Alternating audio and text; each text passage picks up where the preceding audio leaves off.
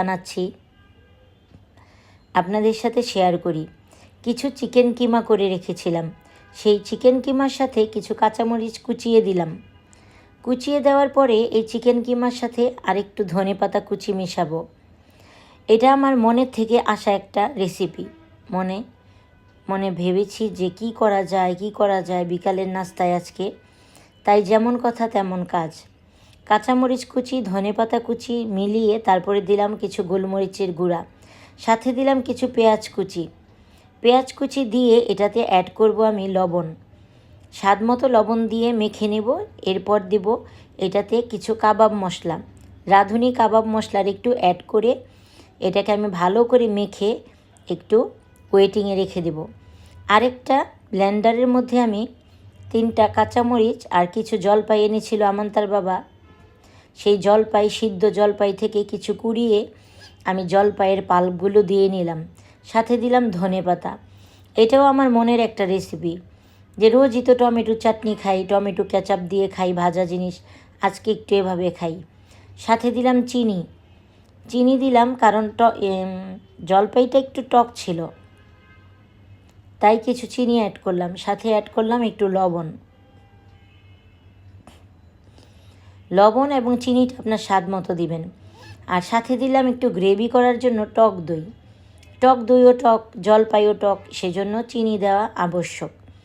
তো গ্রেভিটা একটু থিক হয়ে গিয়েছিল, তাই আমি আরেকটু টক দই আর একটু চিনি দিয়ে আমি চাটনিটাকে ভালো করে মিক্সড করে নিলাম। এখন আমি এখানে ময়দা কিছু ডো আকারে বানিয়ে নিয়েছি। ময়দাতে একটু লবণ, একটু তেল দিয়ে মিশিয়ে তারপরে নরম হওয়ার জন্য একটু কুসুম গরম পানিও দিতে পারেন বা নর্মাল পানিও দিতে পারেন। তো এটাকে একটা ডো করে বানিয়ে রুটির মতো বেলে নিচ্ছি, আর সাথে একটু ময়দাতে পানি মিশিয়ে একটু আঠার মতো তৈরি করেছি, যেটা দিয়ে আমি বাইন্ডিংয়ের কাজ করব। এখন রুটিটাকে মাঝখান দিয়ে চিড়ে 2 ভাগ করলাম। 2 ভাগ করে অর্ধচন্দ্র আকারে 2টা পাশই নিয়ে নিলাম। এখন একটাতে বানিয়ে আপনাদের দেখাচ্ছি। এখানে আমি যেই বাইন্ডিংয়ের জন্য যে আঠাটা বানিয়েছি সেটা আমি দিয়ে দিলাম হালকাভাবে, বেশি না। দিয়ে এখানে আমি সেই চিকেন কিমাটা দিয়ে দেব। হাতের সাহায্যে করতে হবে, এটা কিছু মনে করার কিছু নেই, হাতের সাহায্যে করছি। তো এই যে চিকেন কিমাটা এতটুকু হয়েছে, এটা দিয়ে অনেকগুলো হয়ে যাবে ইনশাল্লাহ। তো এখন আমি চিকেন কিমাটা দিয়ে নিচ্ছি। দেখতে পাচ্ছেন, চিকেন কিমাটা দিয়ে দেওয়ার পরে এটাকে আমি ফোল্ড করে নিব। আরেকটি বানিয়ে শেয়ার করছি।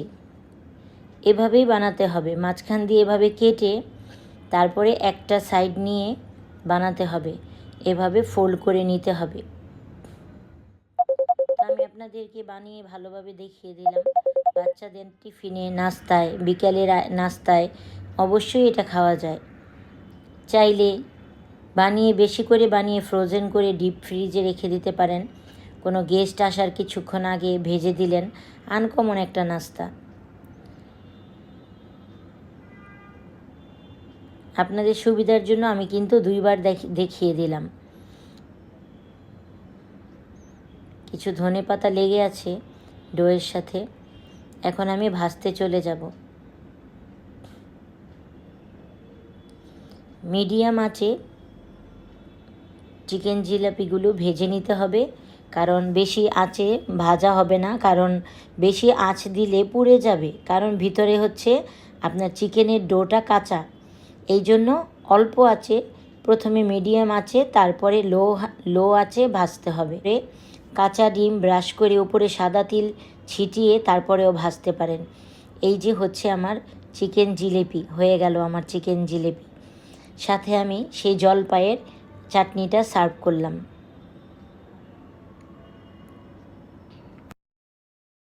যে কোনো চাটনি আপনি বানাতে পারেন, যদি টক ফল হয় টক চাটনি, আর যদি মিষ্টি ফল হয় সেটার সাথে একটু তেঁতুলের পাল্প দিলেই কিন্তু চাটনি হয়ে যায়।